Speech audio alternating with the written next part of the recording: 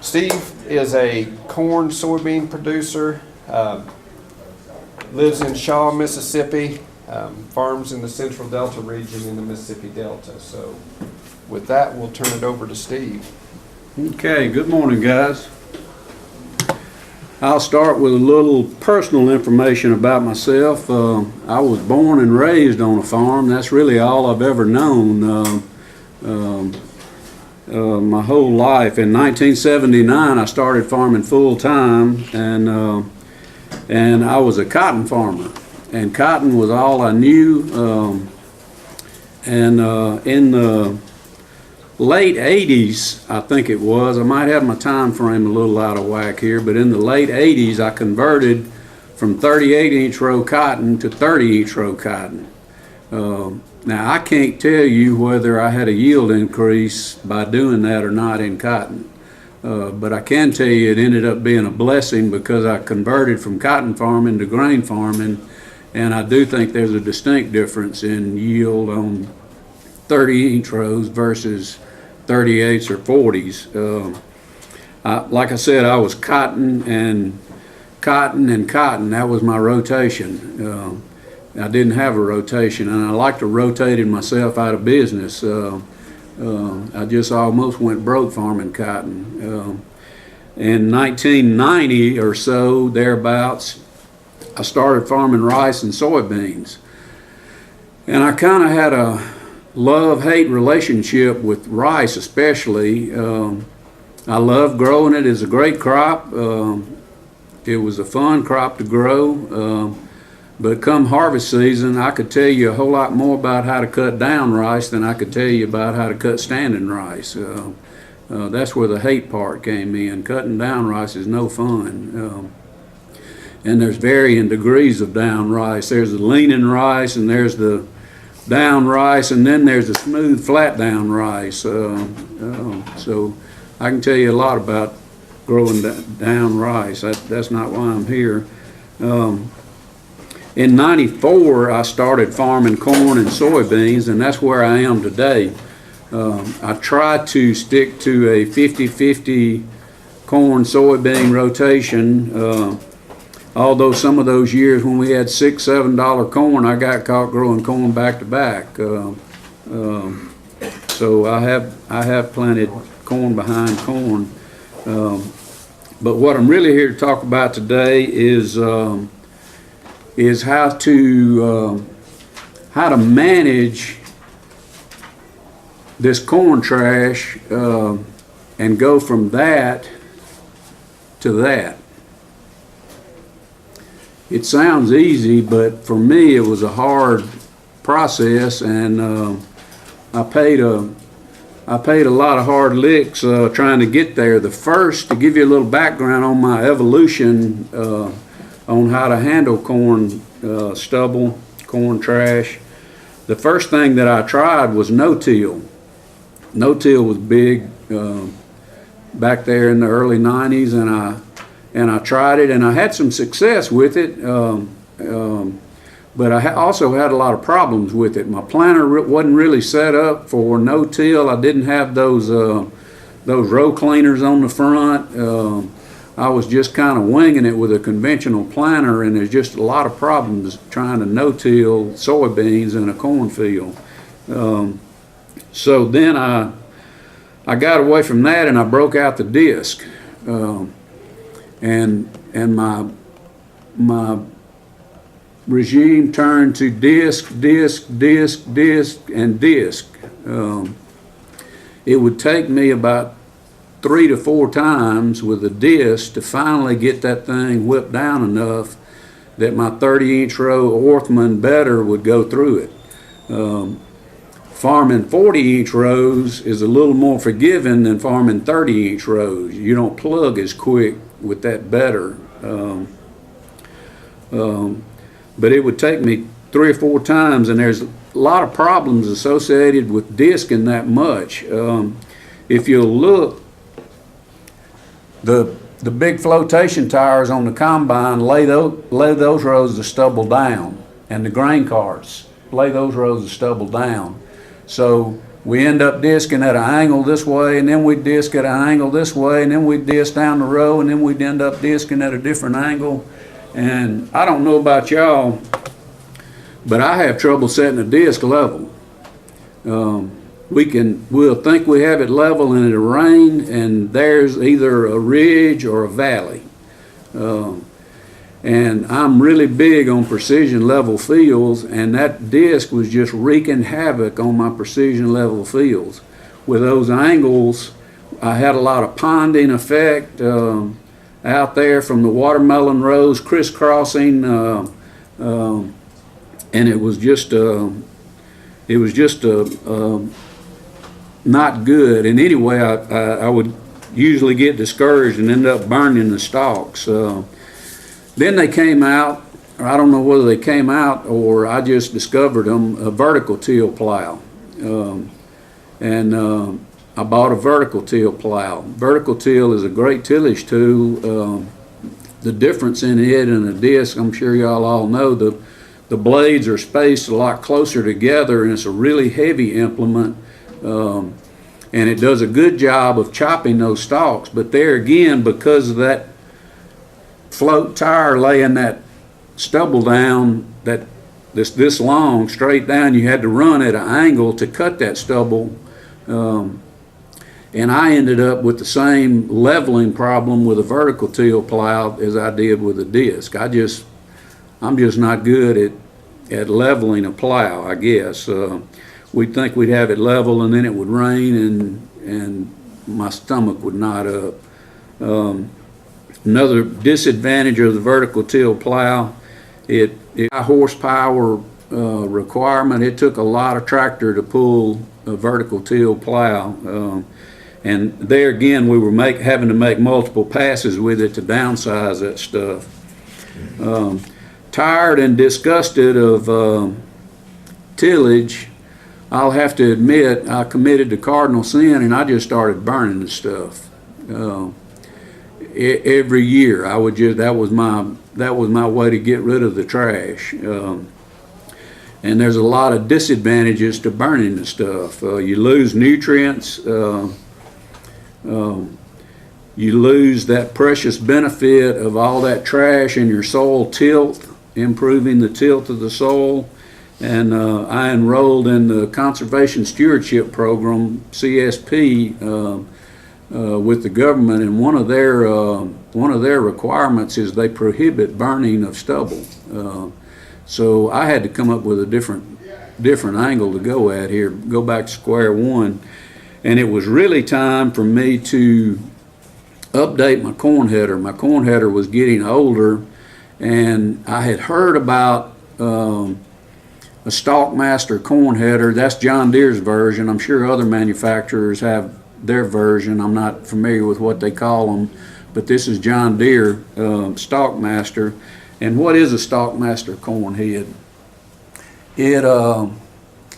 It's basically the same thing as a regular corn head. You have your stalk rollers right there and there, except it has this little miniature bush hog blade under the bottom that's turning at a high RPM, and it shreds the hoodoo out of those stalks as they go down through there. And those blades, by the way, are reversible. You can see where we wore them on one year on one side, and then we flipped them over and we wore them on the other side. You can see the uneven wear there. And it also has a curtain underneath there that kind of keeps that stalk. It doesn't hit it and throw it out. It keeps it in that shredder longer, and it just really mulches the hoodoo out of that blade. There's a different picture of the same thing. The stalk rollers, the stalk comes down through there right there, and it gets hit right about there with you can see the curve on the blade where it's been hitting it, and it just chops that, and it really turns your field from, let me go back, from this with a conventional header to that. It goes from having 18 to 24 inch stubbles out there to stuff that's 2 to 3 inches long. The longest thing that's left is the root ball. You'll have a little stem about that long on the root ball where that blade hit it. And what that enabled me to do was go from about 4 disc passes to 2 passes. I run a disc one time, and I'm really picky about the way I run my disc. I run the disc straight down the road. I don't run it at an angle. And it's set rather light. All I want to do is knock out that root ball and kind of level the row up. And it allows you, it breaks open a whole new world as to what you can do behind there. This last year, chisel plowing's not really a normal part of our operation, but we had a wet harvest season last year, and those big floats on the combine created a lot of compaction. I could see it when I was driving the combine, see the ground kind of squishing out. When we first started, I could see it cutting ruts about half knee deep. I'm going to show you that field in just a minute here. But I dare you to try to run a chisel plow. We're running it right behind that Stalk Master corn head. I dare you to try to run it behind a conventional corn head. You'll get about as far as from here to halfway down the hall, and then you'll be stopping and picking up, and you got a big rake behind you is what you got. More pictures of chisel plow running. That's a picture of the field that we jumped into real early, and my float tires were cutting ruts half knee deep, and we ended up having to land plane that field, and land plane was just a tool that had to stay parked until I discovered this Stalk Master corn head. You just couldn't run. You just end up with wads out there this big. So in that field there, we had 1 chisel plow pass, we had 1 disc pass, and then we had 2 land plane passes, and we ended up with that. Now this is kind of where the rubber meets the road. How much does it cost? I called my dealer, and the new Stalk Master corn head is $150,000. That's for a 12-row, 30-inch corn head. A conventional 12-row, 30-inch corn head costs $112,000. The difference is $37,000, and I figured it conservatively. I used Mississippi State's number there. They say disking costs $12.12 an acre. I was kind of shocked that it was that high, but that's what Mississippi State's website says. That counts tractor, labor, diesel fuel, depreciation on your tractor, everything. And in this analysis here, I'm being conservative and going to say that it's only going to save you 1 pass, 1 disking pass. Well, it takes 3,100 acres for you to break even to pay for that head. Now, you can argue with me that, well, I can pick up a good conventional head at an auction sale for $30,000 to $40,000. That's true. I have yet to see a Stalk Master head in an auction sale. And I don't know whether that's because everybody likes them or whether they're not old enough that people are trading them yet, but I haven't seen one in an auction sale. The conclusions, it enables me to get from that slide of I'm gonna back up. Bear with me.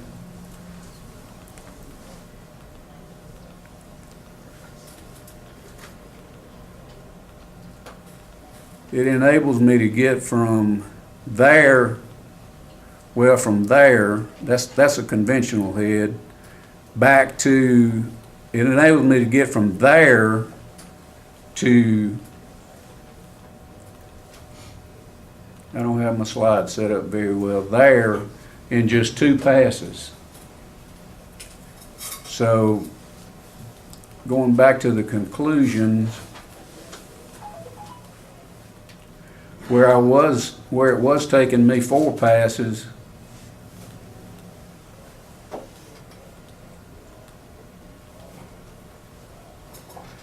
now I'm doing it in 2. It reduces the number of tillage passes. And I've heard it said the 3 most important things in farming is drainage, drainage, and drainage. I think that statement is very true. And I think the next 3 most important things in farming, you could argue this point, is compaction, compaction, and compaction. And reducing my passes to 2 cuts down on compaction. This next one is really huge to me. It extends the life of my tillage equipment and tractors. What if you cut your passes in half and your tractors and your tillage equipment lasted twice as long? On my operation, that's a big deal. It saves me time, fuel, and labor. And that's about all I got for you guys. Anybody have any questions? Go ahead, Terry.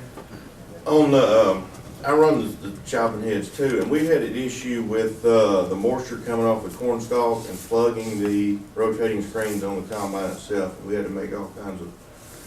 We went through that hoopla, and shame on John Deere.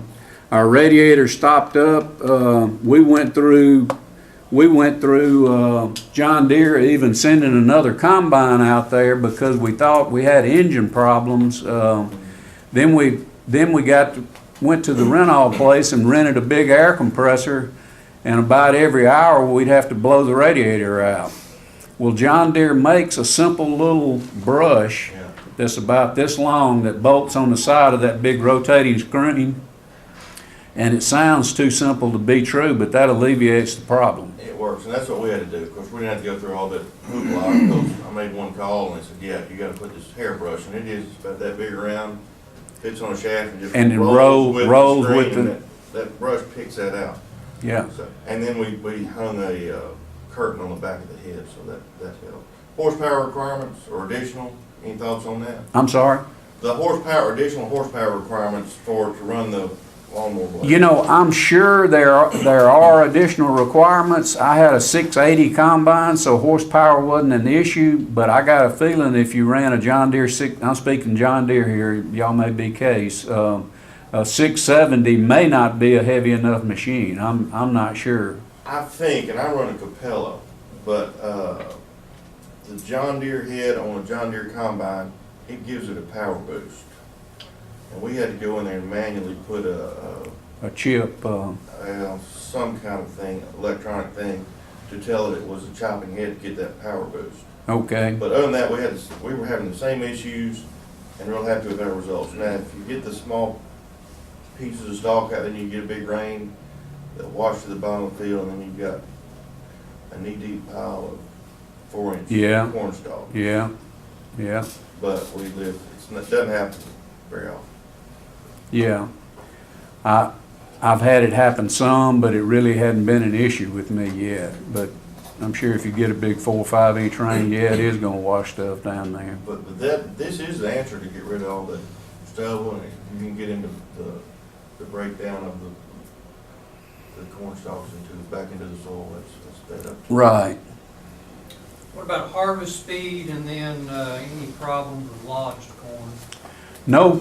No restriction on harvest speed. It didn't slow me down any. I'm running a Class 8 combine and had plenty of horsepower, and I could run as fast as I wanted to run. Your other part of your question was? Logical. You know, Lodging. knock down corn, if you can get down low enough. Thank goodness I hadn't had that experience. In Eric's test plots, we had a little bit of lodged corn on one variety, but it wasn't enough for me to get a feel of it. But I don't think it would be a hindrance in lodged corn. That's just my guess, but that's purely a guess. Thank goodness I don't have the experience of a tangled up cornfield Have you tried putting any like liquid nitrogen or anything to try to help break down those corn stalks, speed that up a little bit? I have not. I think we're far enough south, we don't have that problem. Yeah, yeah. We're down, you know, we're getting more showers and a lot more heat, you know, we're down, middle of the delta, so we've got a lot more Heat and conditions to moisture get it and, rotted down than you do, I'll get up to 12 out 40 and all, so. anybody else? Well, thank y'all for listening. I'm gonna turn it over to Eric. Okay. Well, can we